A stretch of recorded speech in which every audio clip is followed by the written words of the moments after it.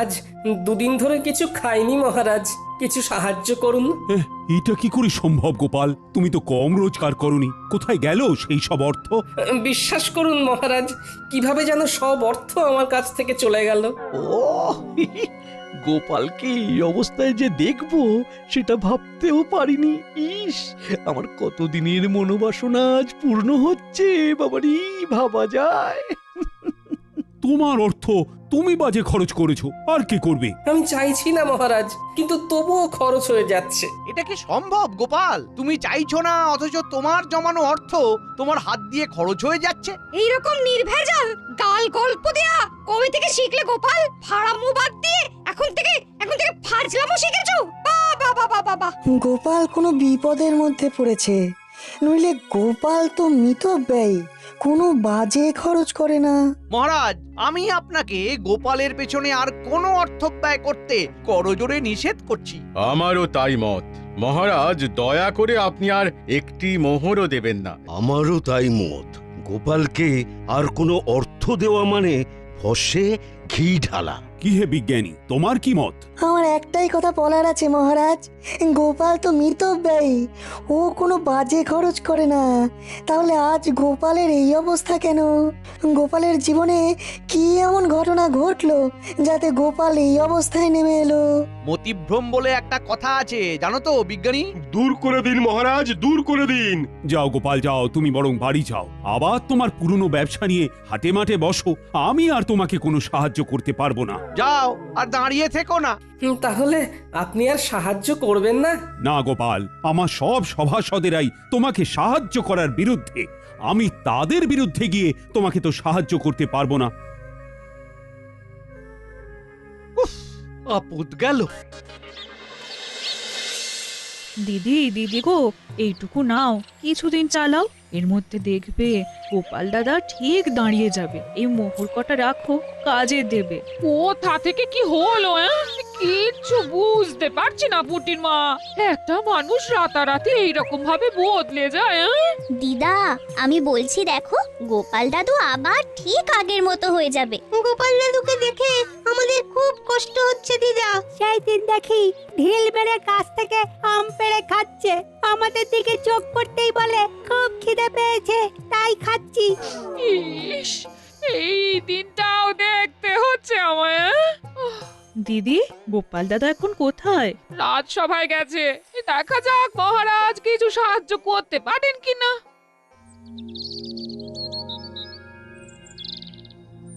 আমি একদম একা হয়ে গেলাম। কে বলে তুমি একা? এই তো আমি আছি না। দুঃখ দুঃখ থাকতে তোমার কিসের ভয়? তাই তো, তুমি থাকতে আমার আর ভয় কি? নাও, আর কোথায় টেনে নামাবে নামাও। এই তো সব সময় মিথ্যে বলছো। আমি শুধু তোমাকে টেনে নামাচ্ছি, হ্যাঁ, কাজের খবর দিচ্ছি না। ওই তো কাজের খবর আসছে, ওই বটা আর ঘটা তোমাকে কাজ দেবে। কি গোপাল, তুই আমার নাম ধরে ডাকছিস? নাম ধরে ডাকছে বলে কি এমন মহাভারত অশুদ্ধ হচ্ছে শুনি? হ্যাঁ, শোনো, সেই দিন গেছে, হ্যাঁ, আর তুমি এখন একটা সাধারণ লোক।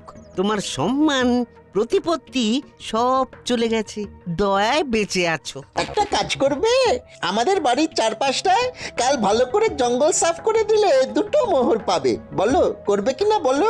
বলে দাও করবে। করব। তাহলে কাল সকালে ভোর ভোর চলে এসো, খাবার নিয়ে আসবে, খোরাকি দিতে পারবো না। কি গোপাল, ঠিক আছে তো?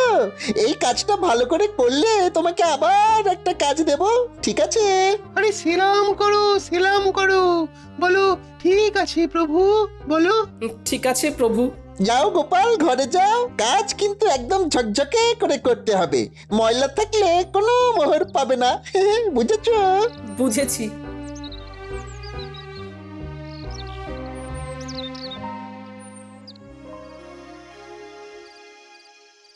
মহারাজ, এ কি শুনছি? কি শুনলে তুমি যে এত উত্তেজিত হয়ে আমার কাছে এলে?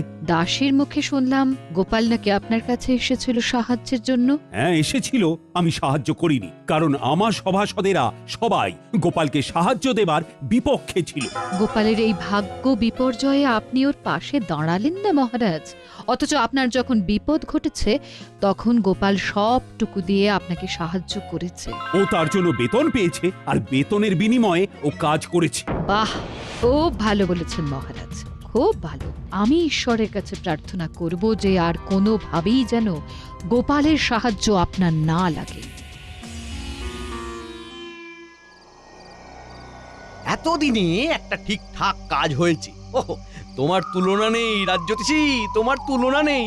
জ্যোতিষ মতে গোপালের এখন 7.5 চলছে, মানে কায়দা করে ওর জীবনে দুঃখটাকে এনে দিতে হবে।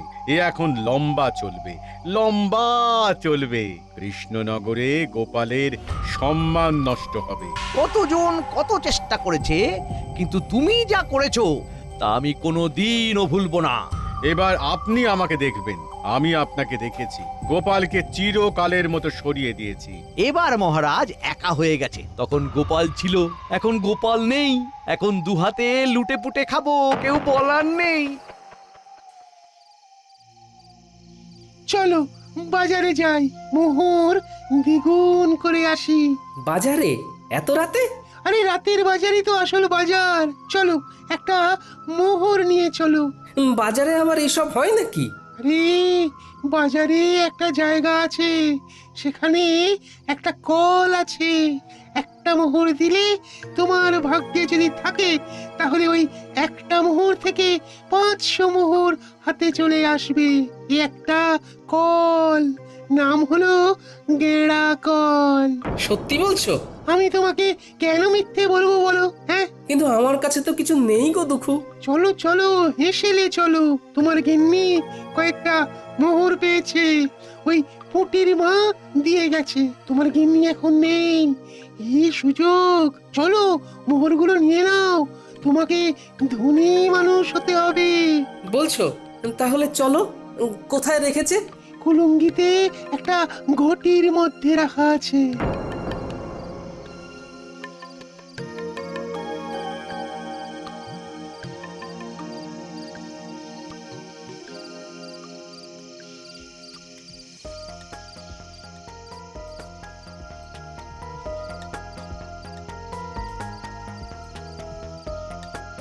রান্নাঘরে মিনুর বাবাকে যেন যেতে দেখলাম।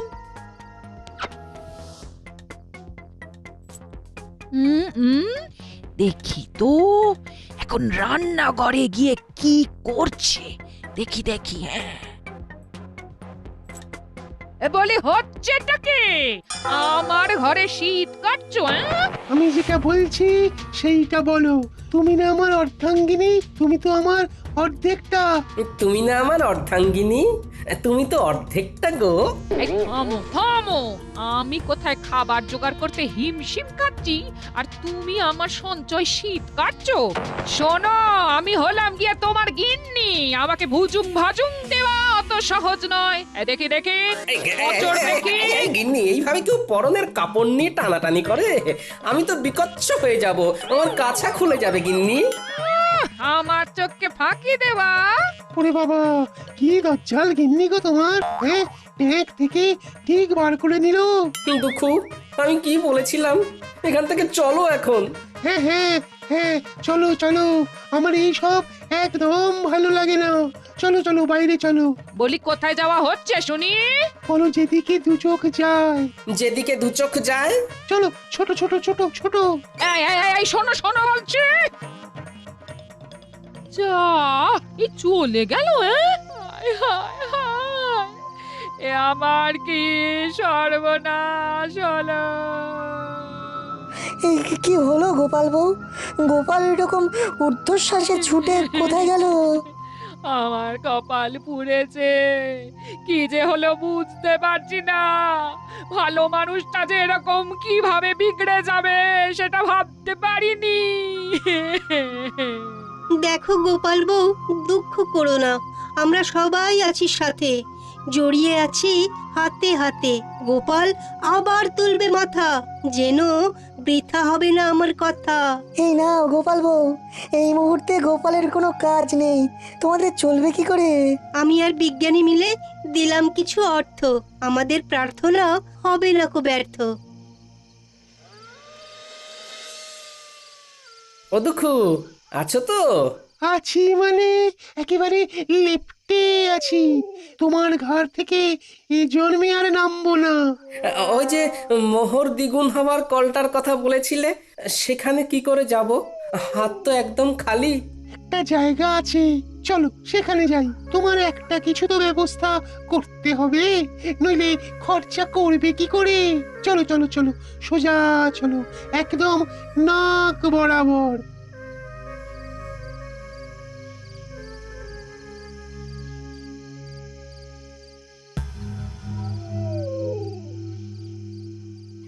কি হলো? তখন থেকে দেখছি নিজে নিজে ফিক ফিক করে হাসছো। কি হয়েছে? কি হয়েছে? এতদিনে শিখে ছিঁড়েছে। গোপাল বিদায় হয়েছে চিরতরে। এই গোপাল চিরতরে বিদায়? কি করে কি করে? কালো জাদু জানো? জাদু? জাদু আবার সাদা কালো হয় নাকি? কথাটা আবার পাঁচকান করো না। একটা পাতি লেবুর মধ্যে মন্ত্র পড়ে দুঃখকে জাদুর সাহায্যে ঢুকিয়ে রেখেছিল আমাদের রাজ্যতীষী। তারপর তারপর তারপর সেই দিন রাতে আমি আর রাজ্যতীষী ওই লেবুটাকে নিয়ে গেলাম বটা ঘটার কাছে। ঘটার বটা, এই লেবুটা গোপালের বাড়ির দোরগোড়ায় রেখে দাও। গোপালের পায়ের চাপে যেই লেবুটা ফাটবে, অমনি ওই লেবু থেকে দুঃখ গিয়ে গোপালের ঘাড়ে চাপবে। ব্যাস, গোপাল দুঃখের কোপে পড়ে সবকিছু হারাবে। 1 মাসের মধ্যে গোপাল একেবারে পথের ভিখারি হয়ে যাবে। এসব সত্যি ঘটবে তো, না আগের মতো সব ভুলভাল হবে? আমার কালো জাদুবিদ্যাকে অবিশ্বাস করো না, কাজটা করেই দেখো না, মজা পাবে। রাজকর্মচারী যদি হতে চাস তাহলে আমরা যেভাবে বলছি সেইভাবে কাজ কর। ঠিক আছে, দিন। এবার চলো, আজ রাতের মধ্যেই এটা করতে হবে। খুব ভালো সময়, আজকের পরে আবার 6 মাস পরে এই তিথি আসবে, সুতরাং বুঝতেই পারছো। পারছি। তাহলে এক্ষুনি চল, আমাদের চোখের সামনেই ঘটনাটা ঘটুক। চলুন তাহলে। তারপর তারপর হ্যাঁ, তারপর সেই অমাবস্যার রাতে আমরা 4 জন গোপালের বাড়ির কাছে এসে দাঁড়ালাম। ঠিক এই জায়গাটাতেই লেবুটা রাখো। হ্যাঁ, এখানে এখানে। সেটা না হয় রাখলাম। গোপাল দাদা না এলে তো হবে না। আরে আমরা এসেছি কি করতে? ওকে দেখে বাইরে বার করব, তোমরা দেখে যাও খালি খেলাটা। তোরা তোদের কাজটা কর, নে নে রেখে আয়। রেখে এসে লুকিয়ে পড়ো। মন্ত্রীমশাই আপনিও লুকিয়ে পড়ুন। আর হ্যাঁ বটা, লম্ফটা আমার হাতে দিয়ে যা। এইখানে লেবুটা রাখলাম। গোপাল, ও গোপাল, একটু বাইরে এসো না।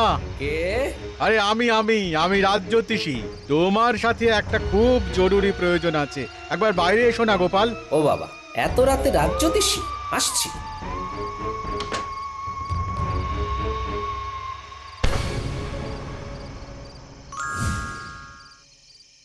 ব্যাস, সেই দিন থেকে 1 সপ্তাহের মধ্যে গোপাল পুরো শেষ। আর গোপালের শেষ মানে আমার শুরু। এবার দেখো কিভাবে আমার সঞ্চয় বৃদ্ধি করব। প্রথমেই তোমাকে 7 নলি একটা হার দেব, বুঝেছো? সত্যি বলছো? সত্যি সত্যি সত্যি, এই 3 সত্যি। ওই দেখো গোপাল, একটা পাথর পড়ে আছে, দেখতে পাচ্ছো? অন্ধকারে কিছু দেখতে পাচ্ছি না, তুমি আমাকে নিয়ে চলো। এই যে এই পাথরটা, এই পাথরটাকে ঠেলো ঠেলো ঠেলো। এগুলো কি?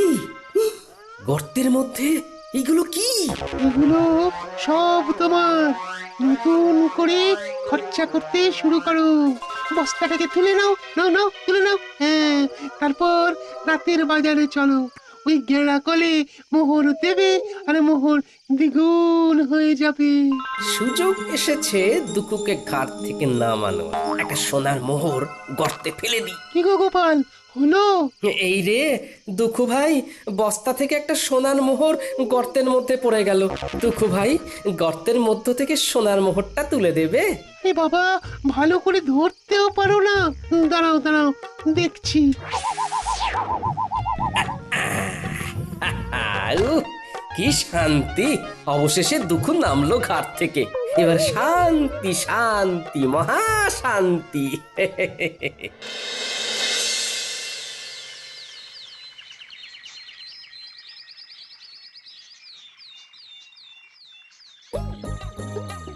এই ঘটা, ওই দেখ গোপাল দাদা নাতি নাতনিদের নিয়ে বাজার করতে এসেছে। ওর তো আমাদের বাড়ির জঞ্জাল পরিষ্কার করার কথা ছিল। তাই তো, চল দেখি। কিরে পুঁটি, ন্যাপলা, গুলটে, আমার বানর সেনা, বল এই ইলিশ মাছটা নিয়ে নি। হ্যাঁ হ্যাঁ, নিয়ে নাও গোপাল দাদু। আজ শুধু ইলিশ দিয়েই ভাত খাবো। ইলিশের নানা পদ, ভাপা ইলিশ, সর্ষে ইলিশ, ইলিশের পাতুরি। কি গোপাল, তোমাকে না বলেছিলাম আজ আমাদের বাড়ির চারধারের জঙ্গলগুলো সাফ করে দিতে? শোনো বটা ঘটা, আমার ঘরের নালাটা জঞ্জালে জমে গিয়েছে। একটু ঝাঁটা কোদাল দিয়ে পরিষ্কার করে দিও কেমন? তোমাদের 3টে করে সোনার মোহর দেব। তাড়াতাড়ি এসো কিন্তু, নইলে অন্য কাউকে দিয়ে করিয়ে নেব।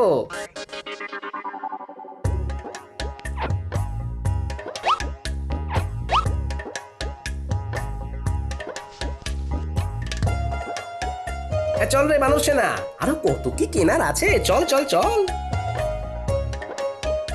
চল চল, মন্ত্রী মশাইকে খবর দিয়ে আসি। আয় আয় আয় আয় আয় কাকা, আয় বগা, আয় আয় আয় আয়। মন্ত্রী মশাই, কাকা বকা ছাড়ুন। ঘটনাটা যা ঘটার তা ঘটে গিয়েছে। কি হয়েছেটা কি? গোপাল ইলিশ মাছ কিনছে। কি হলো? এই হিসেবটা তো মিলছে না। তোরা ঠিক দেখেছিস তো? আগে কথা বলেছি।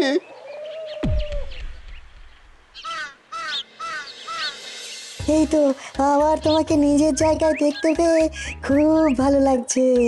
তা কি হয়েছিল গোপাল? বুদ্ধিতে এর কোনো ব্যাখ্যা নেই বিজ্ঞানী।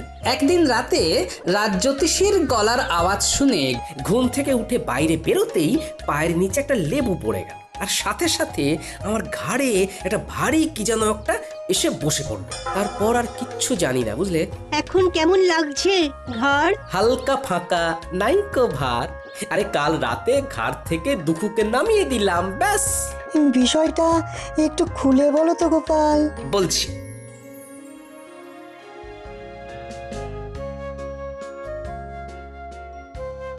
শুনেছেন মহারাজ, গোপাল আবার নিজের জায়গায় ফিরেছে। আমি গোপালের বাড়ি যাচ্ছি, আপনিও আসুন। দাঁড়াও দাঁড়াও দাঁড়াও, সকাল থেকে আমিও শুনছি। ব্যাপারটা কি জানতে হবে। চলো চলো, তোমার সাথে আমিও যাব। গোপালের কেনই বা ভাগ্য বিপর্যয় হলো, আর কি করেই বা সেখান থেকে সে বেরিয়ে এলো, এটা জানাটা খুব দরকার। চলুন।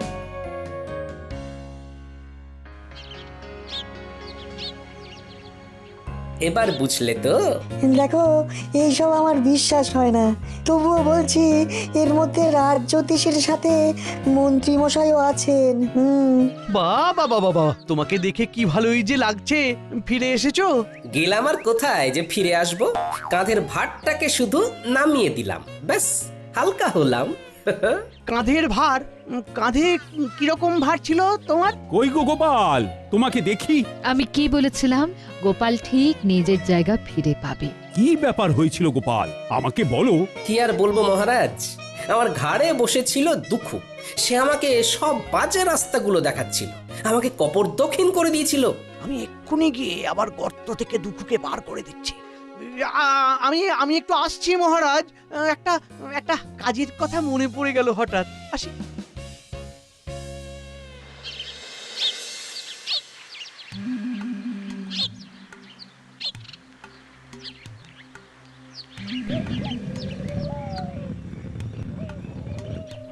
তুমি কে গো? আমি এই রাজ্যের মন্ত্রী দুঃখু, আমার ভাই। যাও যাও, আবার গিয়ে গোপালের ঘাড়ে চাপো, ওকে আবার সর্বশ্রান্ত করে দাও। তুমি ওকে এত উপকার করলে, ও তোমার ক্ষতি করলো দুঃখু। না, গোপালের কাছে আর যাব না, ও বড় ভয়ঙ্কর। তার চেয়ে তুমি বরং খুব ভালো। তুমি আমাকে মুক্ত করেছো, যে মুক্তি দেয় তাকে কি ছেড়ে যেতে হয়? হ্যাঁ, আজ থেকে আমি তোমার কাছে থাকবো। হ্যাঁ। বলো কি? না না না না দুঃখু, না না না